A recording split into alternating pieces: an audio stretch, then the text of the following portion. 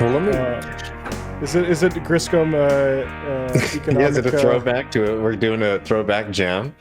I was actually looking earlier because I did a thing on Paul Volcker a couple years ago on TMBS. Man, it was nice to watch all three of us hanging out again.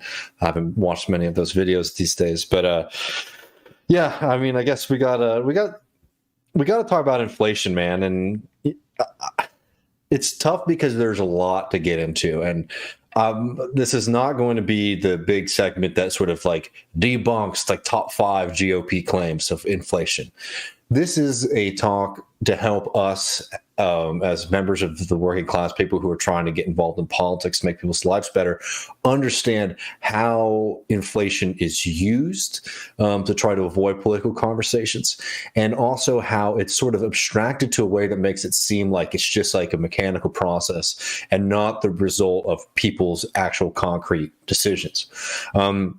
So inflation is something that we're seeing being talked about on both the right wing, cable news, ecosystem, but even more so in, left liberal publications and things like the New York Times, right? This is this is something that is in the discourse of American politics right now, and you should be very worried when that starts to pop up, because what typically follows a kind of inflation panic is a kind of crackdown on labor and on social programs for working people, right? But before we get there, let's understand this from a social perspective. One, just like we were talking about with Paul a second ago when it comes to policing and violent crime, do not sit here and start doing things like putting your head in the sand and acting like it's not happening. People are experiencing higher prices for daily goods. Now we can sort of locate which ones and the different reasons for that. I think that's really important. But I think one of the big differences between people like us, socialists, and I think a lot of like left liberals, or even just like, kind of centrist liberals who are trying to avoid the conversation because they want to make sure that Biden doesn't get dinged politically for something, don't fall into that trap, right? People are experiencing, higher prices for goods and services that they need, right? There's some very simple explanations for that, we're still experiencing a massive pandemic, and supply chains are really, really messed up, right? And the entire way that we've been producing goods and services in this country has been really challenged by the global pandemic. Yeah. Well, I mean, I don't want to sidebar us too much, but I mean, conversations I had with folks over Thanksgiving, like anybody that deals with supply chains at all, and I got 2 family members that deal with supply both in hospitals and like heavy machinery, and it is just insane, right? And I think like the real problem is you see like the Port of Los Angeles saying, "Hey, we're looking at actually expanding our rail capacity." It's like, well, that should have been done a decade and a half ago. No, I mean, Matt, this is really important, and we'll get a little bit more in depth into this in a minute. But like, one of the solutions to this aspect is not to cut wages or to pull back spending. It's actually to invest dramatically in these things like critical infrastructure, right, in these kind of critical industries. When we're talking about ports and our capabilities of being able to, bring products into the United States, right? Like that stuff that like the solution here is actually not, tightening the purse strings. It's actually expanding that on a federal level, right? Increasing spending. So like, no, exactly. Like this is why it's really important not to fall into this kind of like overly mechanical understanding of inflation, right? I talked about the way that a lot of liberals are sort of falling in this trap of like, and I think it's starting to wane now, but the first couple of months of it, when we were seeing early signs that this was going to be a problem, there was just constant like, well, actually they're wrong, right? And this isn't like happening. Again, you can put things in context without sort of falling into this trap of saying like, I'm going to ignore what other people are experiencing, right? I mean, there was a terrible CNN piece. I don't know if you saw this, Matt, about some family in Texas that was like struggling, and they just let this family say, what their budget was, and it was just completely, ridiculous, and you could easily fact check it and show that it was a kind of absurd personal retelling of what they were experiencing. And I mean, if you were to trust the numbers, I mean, inflation would have been up like 250% or something like that, which is not the levels that we're at. But I don't know. I think there's also an overcorrection on some people's side to be like, this is exactly what happens. Everything you're hearing about it is a lie, right? Because here's the thing. While there are some contexts where inflation can be helpful for example, debtors, inflation does matter. It matters for different classes and different people in different industries in different ways, but for working people, I mean, it does matter if it's difficult for you to sort of budget because, prices of goods and services that you use on a regular basis have gone up in a couple of weeks. It can be extremely damaging, as what we're seeing right now, where we've seen some kind of moderate wage gains for workers. If you see inflation just sort of pop up and, override wage gains, that is certainly a problem. But this kind of understanding of inflation, right, in just like the abstract, can be understanding it just in the abstract, sort of takes us out of what we've been experiencing. Because I'll tell you one thing that we've seen massive inflation on my entire lifetime, and that's rent, right? Yeah. Like, talk about things that, like, so yes, it does matter when prices increase, and it certainly matters when prices increase in ways that sort of don't match wages. But to sort of act like the kind of struggles that everyday Americans are facing, everyday working class Americans are facing, just started happening a few months ago is completely ludicrous, right? I mean, we talk about all the time the fact that more and more people feel that they could never afford a home. Hell, most people feel like they could never really get past, find any kind of level of financial comfort in their life because rent gobbles up the vast majority of their earned wages, right? So again, increases of things that you have to spend money on, right, is bad. And I think that it's not helpful for people to act like it's not a problem. But again, to act like it's only happening in this one instance is a mistake. Right. So anyways, the point is not to downplay, the consequences of price increases. But one, as we were talking about earlier, look at the cost. So we were talking about some things you can see, supply chain stuff. Certainly, some things have been sort of long going inflation of prices. And thirdly, and this is where we're going to get into ideology, right? In this kind of mechanical way that people talk about the economy and inflation. And that is that wages have gone up too much. People have too much money in their pockets. And that means that people have more money to bid up the prices of, goods and services. And then because employers are forced to pay higher wages, prices go up. I want to just make something very clear to people. This kind of idea that when wages go up, it's because workers are getting too large of a pie, like this is some kind of mechanical truth, this undeniable truth of economics, some kind of scientific fact, is extremely dangerous, and it's wrongheaded. Because I'll tell you one thing right now. Ask yourself this as a working person: Have you ever increased prices at your job? Have you ever made the decision that the price of the thing that is being sold, that your labor is being used to produce, that you make the decision that the prices go up? No, the bosses make that decision. Why? Because they want to increase the amount of profits that they are seeing, right? And we can find ways to do this where it's not necessarily a zero-sum game where wage increases for workers come at the loss of profits for big companies, but also understand that when companies make the decision to increase prices wholesale across the board, right, that is a political and social decision by them. Right? It's not just some kind of like unwritten rule, that they were forced to do it.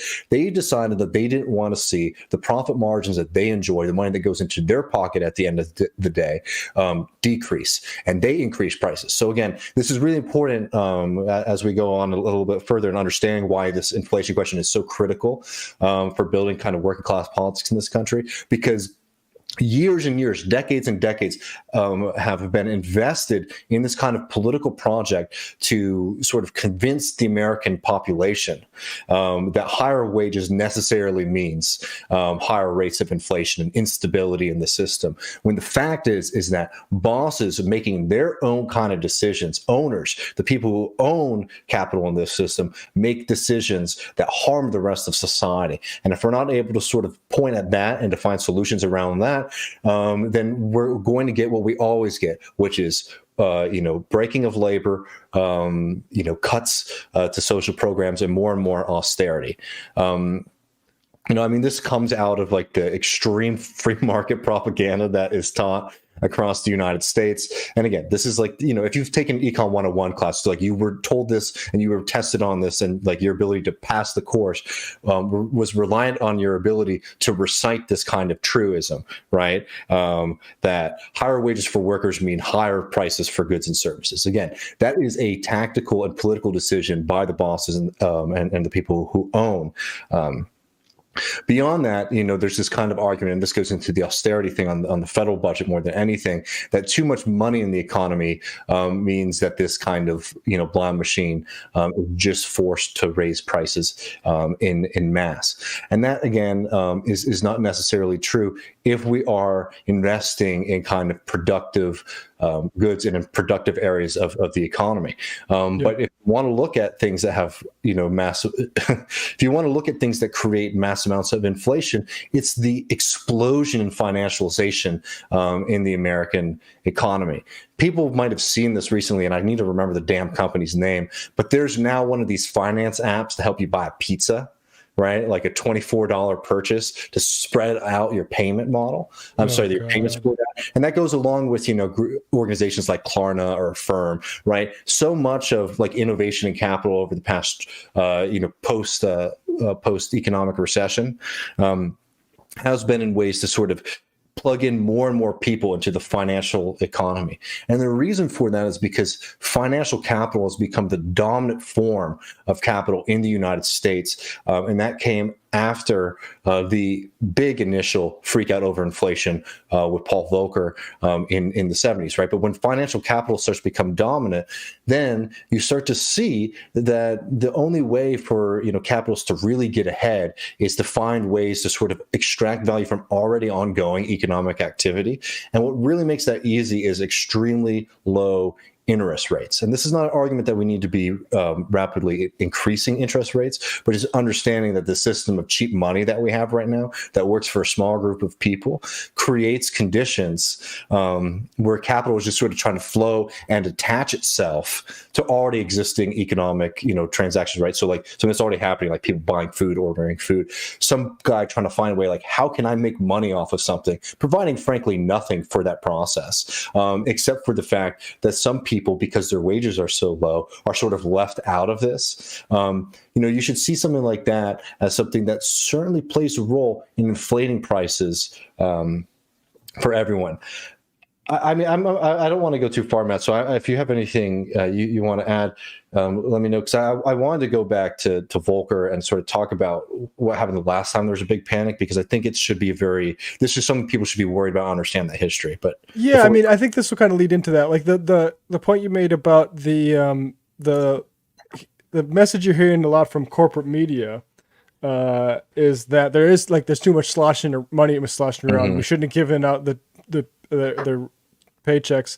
And to the extent we acknowledge that logic, what they're saying is that if people were more desperate, but to the tune of like $1,400, they would get down to the port and get a new job and work for that money, which is insanely, like I said, ideological. That's a complete boss logic. And there's one other quick point is everybody who works a production job, which is not to say like us knowledge economy boys, but talking to knowledge, everybody knows just-in-time production. and how fucking disastrous that has turned out to be in exactly this situation where and why was just-in-time production pursued? Because that's best for the bottom lines of the executives, right?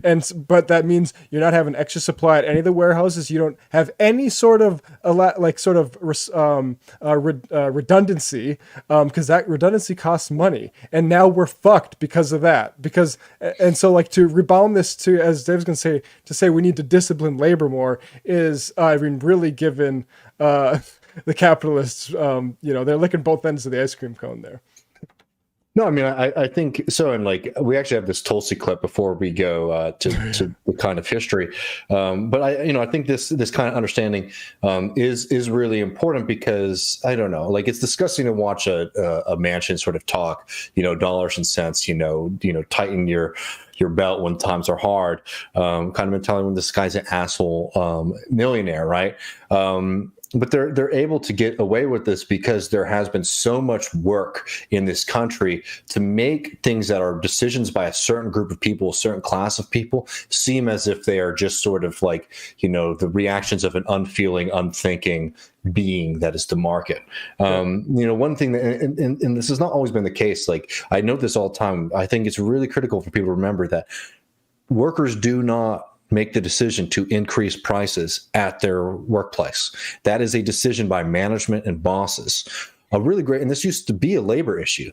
In the 50s, workers, I believe it was a Ford plant, but I could have it mixed up with another one, said that they came up with a pretty decent and contract negotiation, and Ford responded to them and said, if we meet these demands, we're going to have to increase prices on cars, right? Workers at that plant at Ford do not want to see the cars that they're producing become unaffordable on the market, because they understand that works against them as well, right? They want to make sure that their products are selling, so that because you're in an organization together, right? So you know what they asked for? They asked to see the books of the company, to see where there was room for them to make cuts and other things so that they could have those demands be met, right? And of course, they were ignored. But this is the point here is to understand that, like, all of this kind of like, well, this is just the calculation, the basic reality of what we have to do is a lie. These are decisions made by people, and it's a power relation. And you need to understand these things as a power relation, because we could be having much higher wages. We all know this as socialists, but like, we could be having much higher wages for the vast majority of working people across this country without necessarily seeing a huge spike in the costs of goods and services for people. It would just mean that owners and bosses would have to relinquish some of their power. And the only way to force them to do that is to build the capacity and movements that can do that. But I'm just saying, like, when all this inflation stuff is going on, this is not, unfortunately, a solution in the short term, but this is the kind of thing that we have to be able to articulate and to think through if we want to be able to push back against this system. Because I just want to take people through a quick history of Paul Volcker and what happened with what is now known as the Volcker Shock, right? Volcker is like, who passed away recently, needlessly praised. People love him because he's one of those guys who pissed everybody off, right? Which just means that he was a monster who I don't know. I can't sit here and try to figure out what was in his mind and heart, but I will tell you about what the decisions that he made did to people, not just in the United States, but around the globe. When he became Fed chair, his number one goal was to come up and fight against inflation. And to do that, he took drastic measures. He used the power of the Federal Reserve to devastate American workers, bringing in an era of what we now know, the kind of capitalism that we now live under, which is financial capital. And he significantly changed the way that the global financial international order. He comes in under Carter, right? And this is one thing to remember. Carter sort of gets a pass nowadays from people, but Carter really was the guy who opened up the gate for neoliberalism. But anyways, to do this quickly, like, Volcker comes in and he drastically increases interest rates, right, which is essentially the price of money from the Federal Reserve, the price of money in the economy.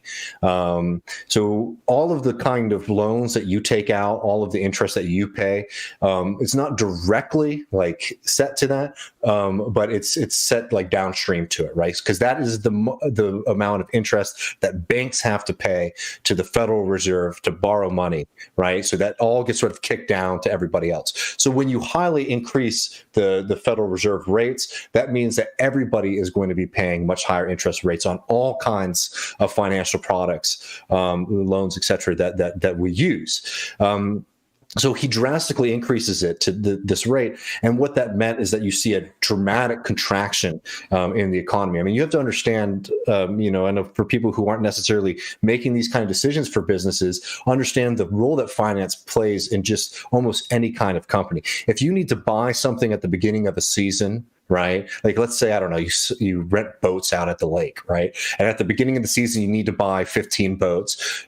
Typically, you borrow money to do that. So if you start to see a massive increase in your interest rates, a lot of things that already are happening in the economy start to become unprofitable. And when they become unprofitable, they essentially die.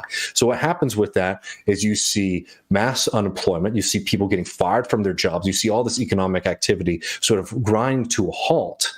And the people who get hit the worst with this is not the bankers or the bosses or even the owners. It's the people at the very bottom of that society. So you see Volcker sort of put in this massive, what is called the Volcker Shock, that just punishes the working class across this country.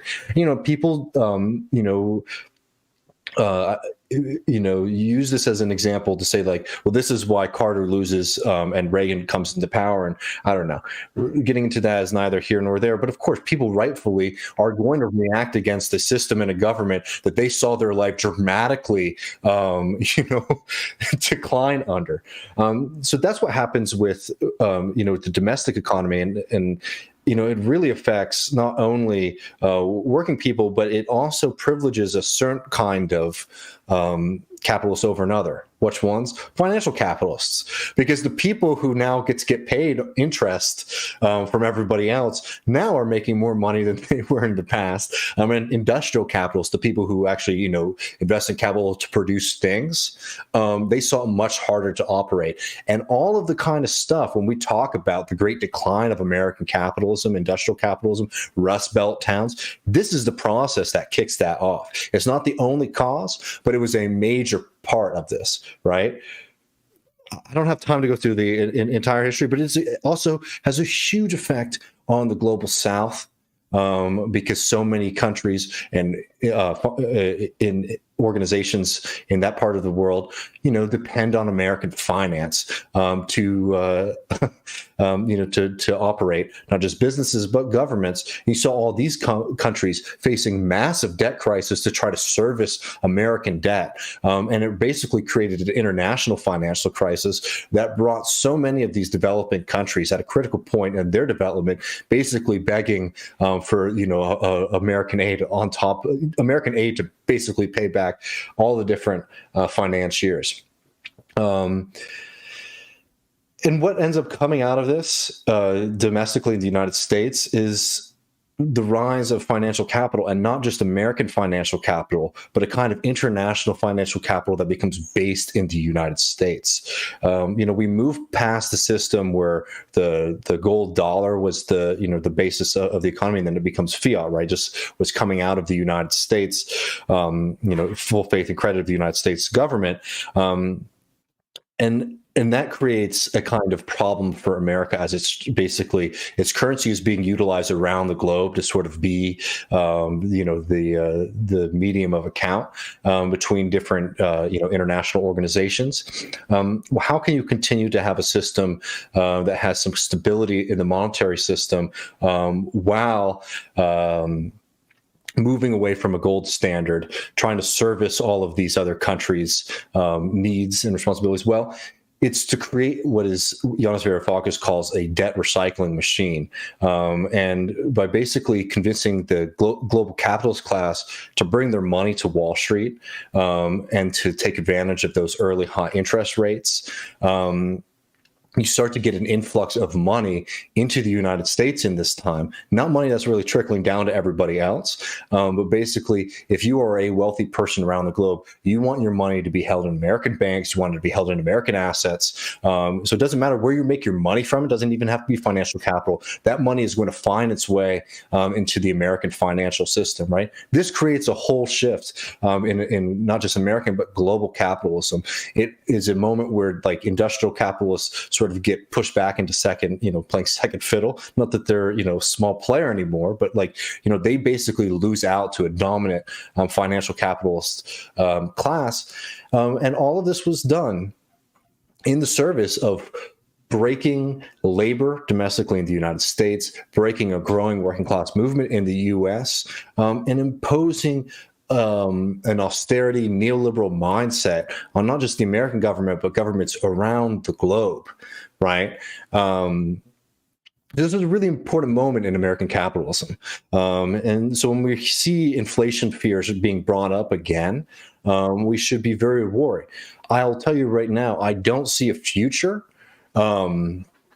where they'd raise interest rates again so dramatically, because so much of the global financial system is dependent on these extremely, extremely low rates. For the most part, all of the growth in global capitalism is very much attached to the fact that if you're a big enough organization, if you have access to capital, you can essentially get cheap to free money from the U.S. government at this point. So I don't necessarily know what the Federal Reserve response to this kind of freak out will be. But I'll tell you right now, as we're seeing from people like Tulsi and members of the United States government, that there is an attitude that we need to be, cutting back social spending, and the kind of extremely modest programs that we've seen over the past couple of years that have helped people, but they haven't helped people enough, are under fire. Can I put this up real quick to Tulsi? Absolutely.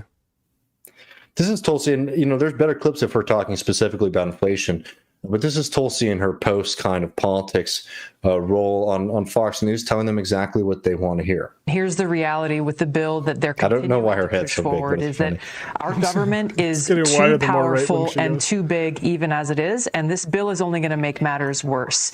The provisions in the bill are so vague that really it's going to be unelected bureaucrats who end up deciding how these provisions are implemented, and no accountability. And really it'll empower them to be able to stick their noses into every aspect of our lives, furthering this cradle to grave mentality of government dependence that makes us lose even more of our autonomy as we are paying for it. As government gets bigger, our wallets are getting smaller. Limbaughism with the cradle to grave stuff. I mean, that, excuse me, man, I don't know why I hit you. Censoring Matt again.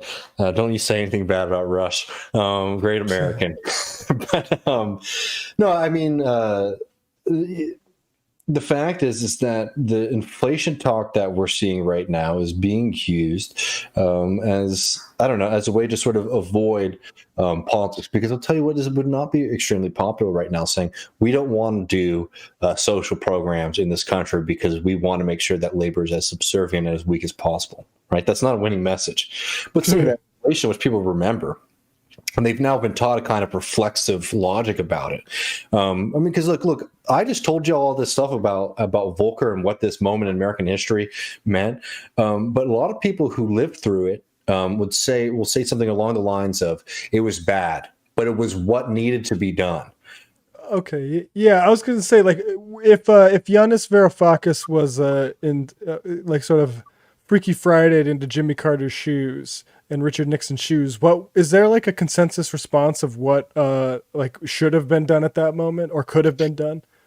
Well, the problem with what you're seeing in that moment is the consequences of early globalization, right? And as jobs are starting to move overseas, it created a lot of problems domestically in the United States. And other solutions to this are doing massive investment in like key and strategic industries domestically, right? Which is something that the United States had very little interest in doing, not because they didn't care about American dynamism, but because the people who sort of were sitting at the top and had sort of accumulated the power and control over society, necessary, over those kind of key industries. I don't know. They were sitting pretty, and they didn't really feel the need to find like a government or socially owned competitor. Right. But I don't know. I mean, like, inflation is one of those things where it's like, I don't think it's helpful to sit here and say like there is one quick, easy silver bullet to dealing with it. But much like, what we've been sort of noting with climate change, right? There is not one quick, easy solution to climate change either. Is that it is a problem that governments are going to try to solve, right?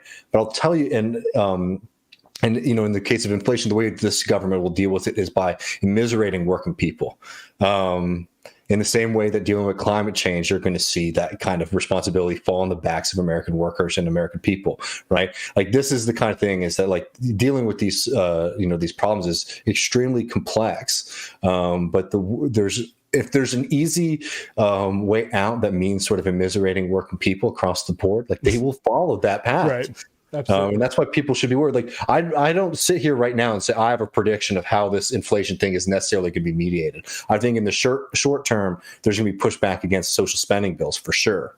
I don't know I can't tell you what the Federal Reserve response is going to be with much confidence. But I just think it's something that people need to be paying attention to, and watching closely, and sort of having this kind of historical context and also kind of social political context to understand, like, one, this is not just some kind of random reaction, and two,